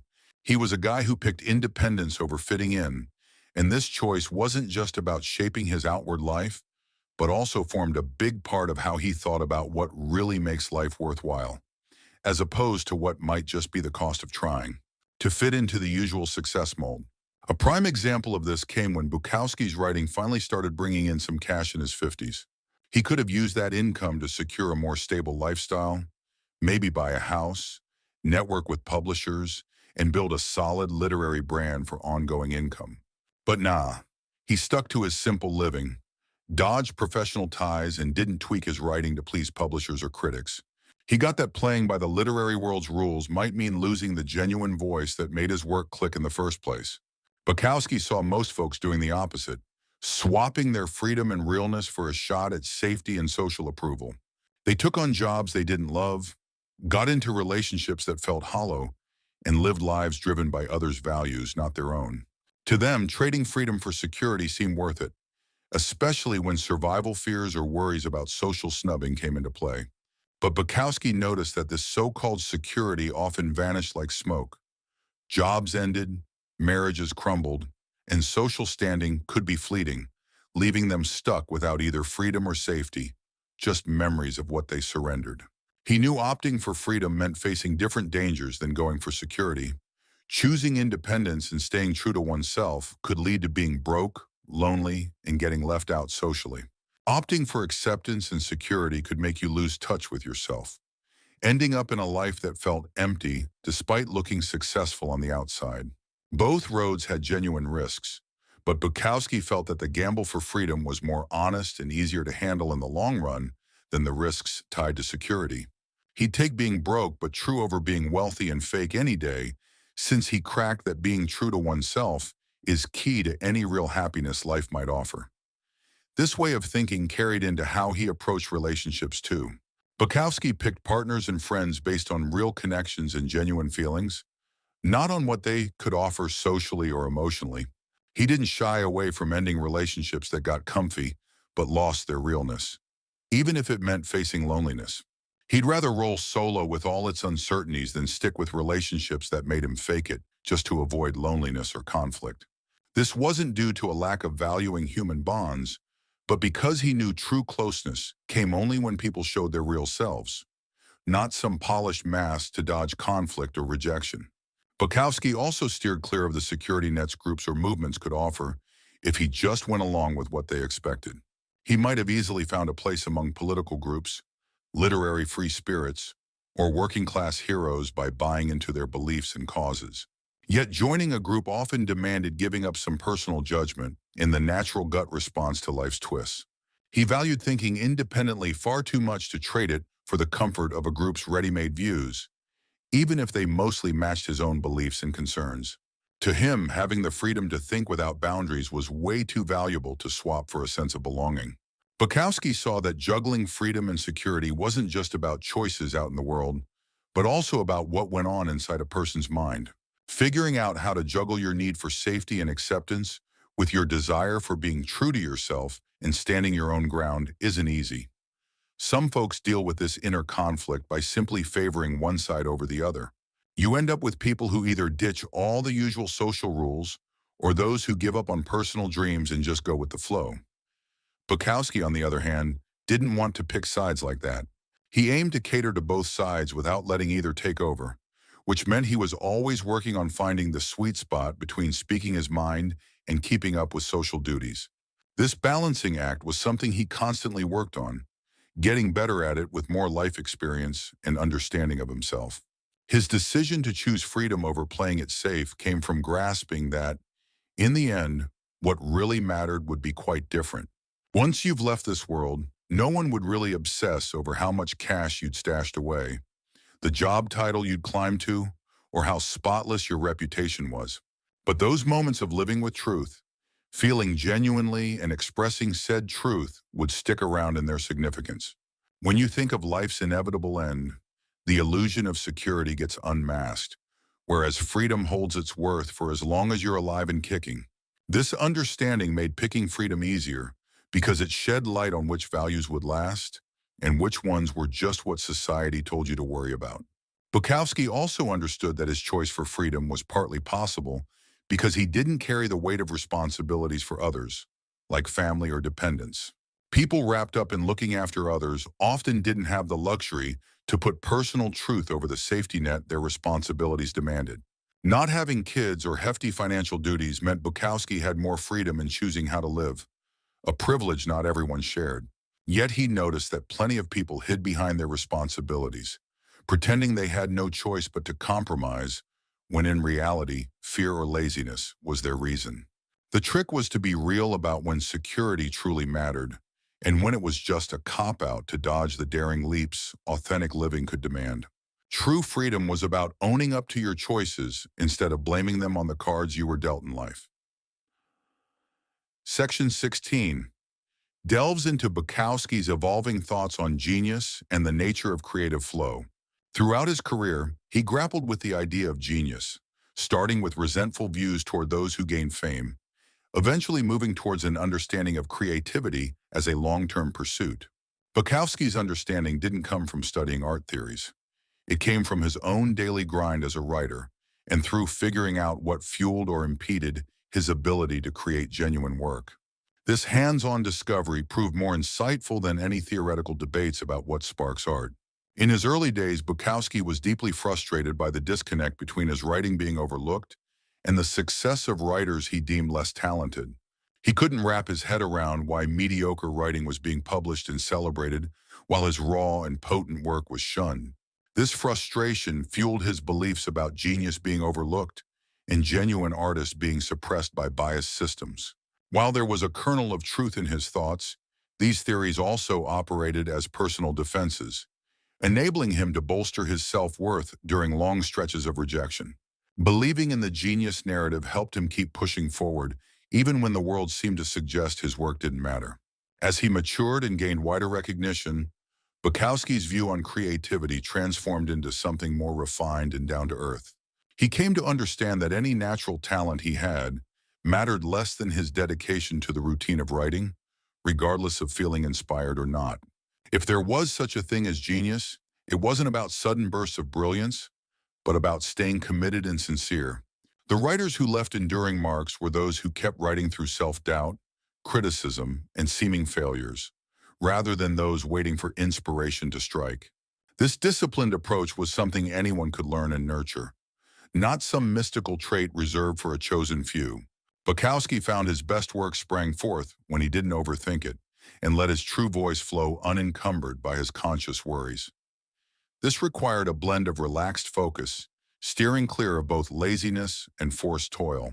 He grew to trust his gut instincts in his writing process, prioritizing truthfulness over cleverness or impressiveness. Genuine writing touched readers because it connected straight to their own lives and feelings. The most impactful pieces came from just laying out what was happening in his world and mind, without trying to dress it up or find extra meaning. He also recognized that creativity needed a safeguard against certain psychological disruptions and negative influences that could break the fragile state needed for true expression. Socializing, criticism, and commercial pressures had the potential to derail his connection to his inner thoughts and emotions. It's not that these aspects were inherently harmful, but they could distract from the nearly invisible process that generated authentic work. Keeping that creative stream flowing required blocking out external pressures and sticking to the personal rhythm of his work. Bukowski challenged the romanticized idea of the suffering artist. While his tough past provided plenty of material, he realized that purposefully seeking out hardship wasn't necessary for creativity. What counted was staying real and engaging deeply with whatever life threw at him, good or bad. The trick was honing the skill to observe and accurately detail your experiences, rather than boxing them into predetermined ideas of what they should mean. Observational skills could be sharpened regardless of whether life felt intense or mundane, painful or easy. His perspective on genius also included recognizing that personal talent operates within broader cultural and historical settings, which define what's seen as possible or valuable at any time. There are folks out there brimming with talent, but they didn't get the spotlight because they happened to pop up in the wrong era or location where their skills just weren't appreciated. Meanwhile, some people hit the jackpot with fame and success thanks to luck, timing, or their marketability rather than being the best at what they do. Understanding this helped him keep a healthy perspective on success and failure. He realized that the praise from others was a shaky indicator of true worth or achievement. What counted was the genuine value of the work itself, not what reviewers or audiences thought of it. Bukowski came to see that creativity wasn't some separate thing you did. It was about bringing a curious and open mindset to everything in life. The traits that made someone a great writer, being honest, paying attention, being willing to dive deep into emotions, made them more vibrant and aware in their everyday lives too. On the flip side, practices that dulled creativity like shutting down emotions, not being truthful with yourself, or obsessing over what others think also took away from the richness of life. Growing as an artist couldn't be split from growing as a person. Both demanded the same dedication to being truthful and genuine. Living creatively was just living with more awareness and less fooling yourself. Maybe most crucial of all, Bukowski realized that the peak of creative genius wasn't about cranking out masterpieces, but about staying real and honest no matter what the world threw at you. True creative achievement was about keeping on the path of truth and realness, even if you found fame, money, or rave reviews. Success could spoil many artists, leading them to change their work to fit what the market wanted or what critics expected, instead of sticking to their own evolving visions. The biggest creative test was holding on to your integrity through all the twists and turns life brought, never halting the journey of honest self-reflection and expression that made the work stand out in the first place. Part 17. If you look closely, you could say his political philosophy sprouted from a deep-seated distrust of organized power and institutional authority. It wasn't based on some particular ideology or party allegiance. Over the years, he saw how political movements and social institutions, no matter how noble their intentions might have started, eventually got tangled up in the games of power and self-interest. This nudged him towards a sort of anarchistic individualism. While he didn't buy into group solutions for societal issues, he still genuinely cared about human suffering and injustice. His political awareness wasn't sparked by cracking open heavy political theories. It grew from working shoulder to shoulder with regular folks who were crushed by economic and social systems pretending to have their best interests at heart. His time at the post office was a real eye-opener. He watched smart and capable workers being treated like cogs in a machine by bosses who climbed the ladder, not because they were good at their jobs, but because they were okay with pushing harsh policies. He learned early that the gap between what institutions say they're doing for the public and how they treat their workers tends to expose a harsh truth. Preserving their own interests often trumps everything else. Bukowski also had a hard time trusting political movements that claimed to have the back of the working class or the poor. He noticed how these were usually spearheaded by middle-class intellectuals with more theoretical knowledge than genuine experience of those tough conditions they said they were eager to change. Their proposals often fell flat because they weren't grounded in the real struggles people were facing day to day. Plus, those leading the charge seemed more focused on grabbing power rather than truly bettering the lives of those they claimed to represent. The whole idea of revolutions and reforms often turned into just another ladder for ambitious people who use the struggles of others as a stepping stone to climb up. He also saw how even the well-meaning folks in politics found themselves on a slippery slope. To get anywhere, they had to mold themselves to fit the political machine, making alliances with people they didn't fully trust, making promises they couldn't fulfill, and boiling down complex problems into catchy slogans and sound bites. Eventually, this endless game of compromise and performance dulled their ability to think clearly or speak honestly about the tough issues that drove them in the first place. Before long, these well-meaning reformers would become eerily similar to those career politicians they once opposed. Now, just because Bukowski rejected organized politics doesn't mean he didn't care about social justice or wasn't aware of the big faults in the system. His writings are packed with observations on poverty, workplace mistreatment, racism, and other heavy issues, based on what he saw and lived. Yet he had this belief that these were all symptoms of deeper wrinkles in human nature and the dynamics of power, wrinkles that political efforts alone couldn't iron out. Even if you change laws or spread wealth around, to Bukowski, it wouldn't touch those innate tendencies towards domination, greed, and self-deception at the heart of injustice. He figured real change had to come from individuals turning their own lives around, rather than relying on collective actions or directives. He was also pretty skeptical about solving societal troubles through meticulously planned strategies and expert maneuvers. He'd seen too many seemingly foolproof programs crash and burn because they didn't take into account the tangled mess of human motivations or the unintended messes created by system interventions. Whether it's social engineers or political leaders, it seemed like they often had an overblown sense of their ability to predict and control human behavior. They overlooked how easily their attempts could backfire or stir up new issues. As the saying goes, good intentions can pave the road to hell. And Bukowski had trekked far enough down that path to be wary of anyone swearing they had the surefire solution to fix society's deep-rooted issues. This guy wasn't your typical conservative wanting to keep things as they were. Rather, he was a pessimist who doubted any system could really stamp out the root causes of human suffering. He noticed that every generation thought they could fix issues that had bothered humanity for ages, only to find that their answers often led to new, sometimes even worse problems. From his viewpoint, this made him wary of bold revolutionary promises and overly eager reformers, while it helped him value small gains and individual acts of kindness. Sure, you might not change the entire world, but you could sure treat the folks around you with respect and honesty. Bukowski's political thoughts boiled down to the idea that the most rebellious thing anyone could do was to be true to themselves, resisting the pull of oppressive systems and societal norms. By staying true to his values, being honest about his own life, and not engaging in the power games that others seem to chase, he set an example of defiance that spoke louder than any organized protest. This kind of personal defiance didn't need leaders, complicated manifestos, or big groups prone to manipulation. It just needed the guts to be your own person in a world always trying to mold you into something else. This approach to politics was open to anyone, no matter their background or resources, making it more democratic than political movements needing specific know-how or organizational abilities. Bukowski knew that this focus on individual change had its limits and wasn't enough for tackling large-scale issues best handled by collective efforts.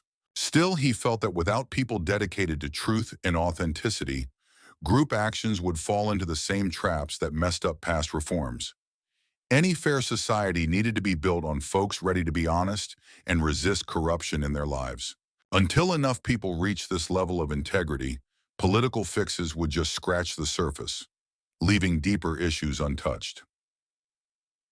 Part 18. Booze, Consciousness, and the Chemistry of Bukowski's Life. Bukowski's dance with booze was anything but straightforward. Over the years, it shifted from a crutch he leaned on to numb the pain, into a tool he wielded, and eventually morphed into what he saw as a source of wisdom about the role altered states of consciousness could play in unearthing genuine life experiences. Sure, his drinking wasn't just about being a reckless drinker or some artsy indulgence. It was more about this messy back and forth with how booze could mess with his mind and, in a way, teach him a bunch about his own consciousness, creativity, and what real life truly meant. To really get into Bukowski's head, you got to grasp this complex bond he had with alcohol. It was like his key to living genuinely in a world set up to stifle real experiences. In his younger days, it was his ticket out of the ache from being socially outcast, dealing with rough family stuff, and grappling with financial insecurity. Alcohol became his temporary escape hatch from the anxiety of not belonging in the world around him. This was pretty common among folks who were battered by life circumstances and had no other way to cope with their mental anguish. However, Bukowski soon realized that alcohol did more than just blur the edges of his emotional pain. It tore down these invisible walls that kept him from being truly honest and creative.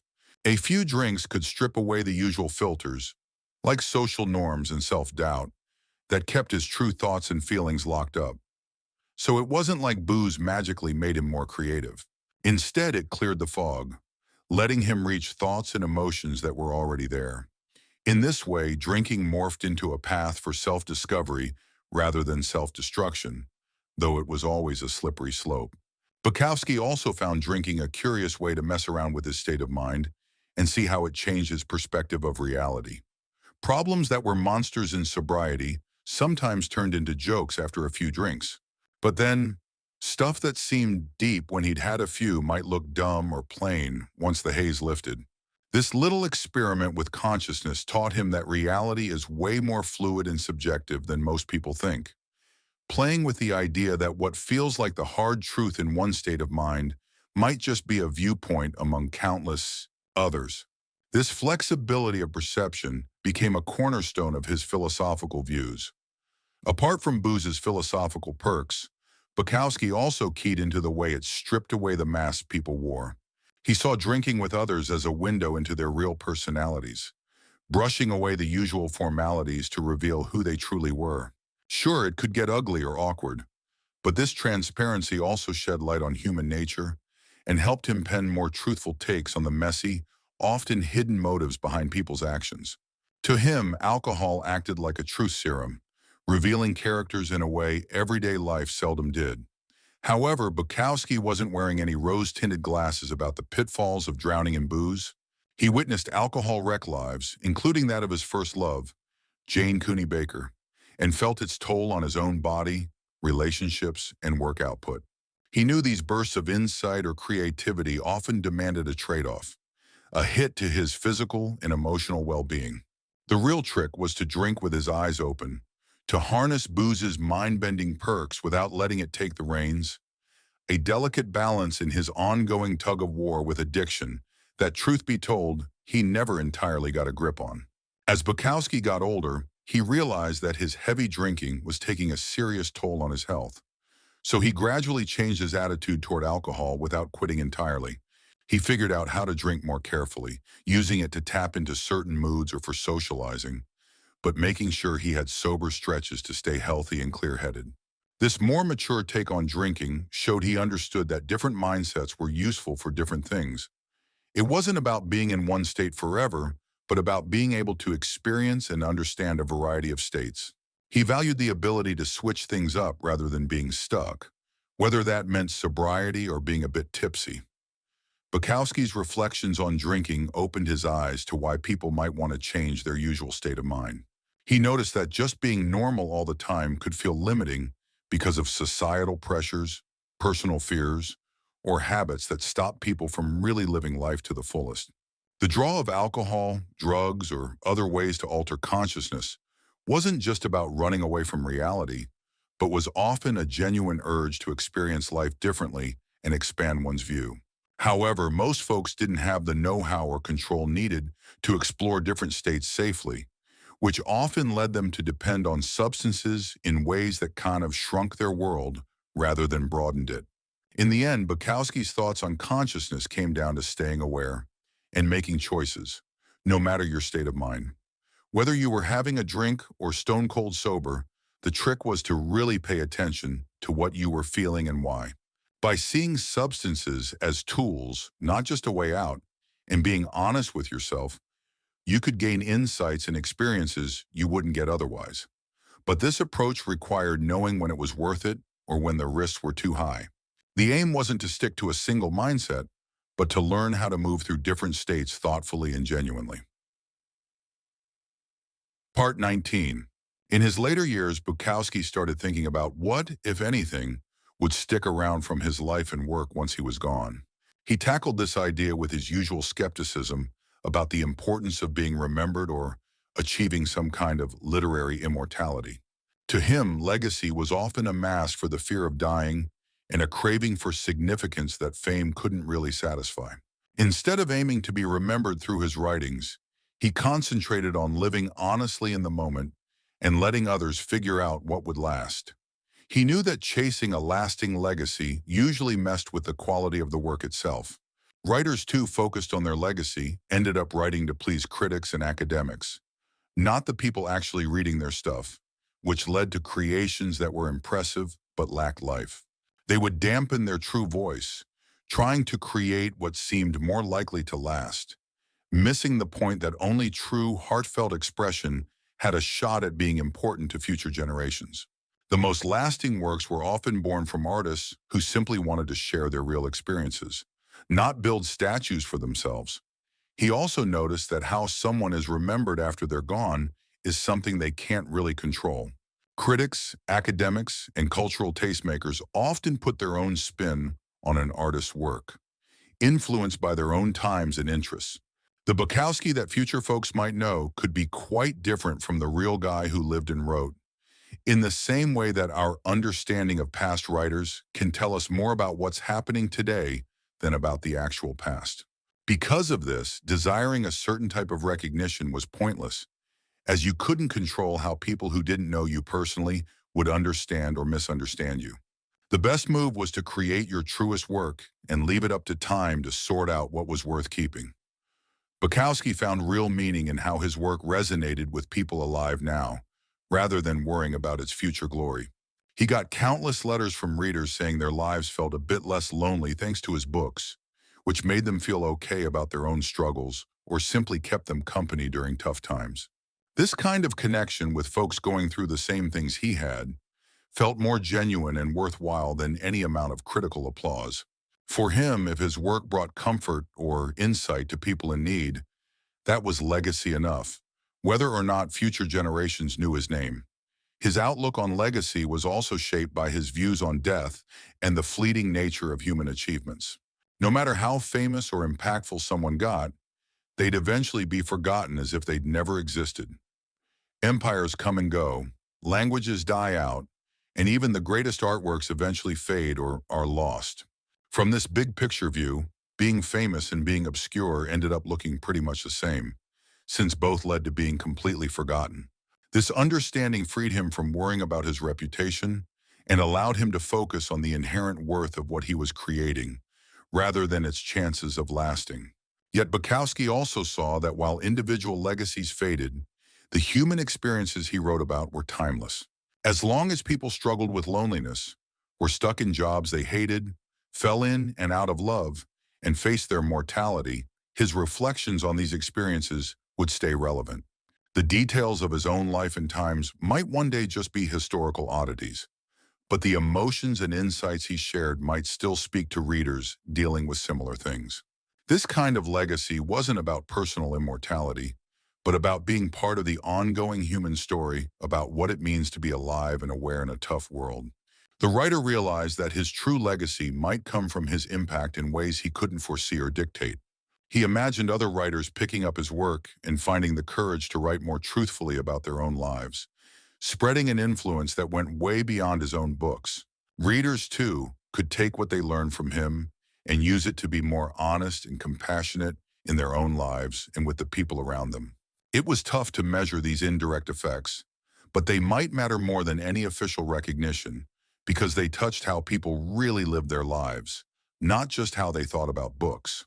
Most importantly, he believed that the greatest legacy anyone could leave was showing what it meant to live honestly and authentically, no matter what the world threw at you.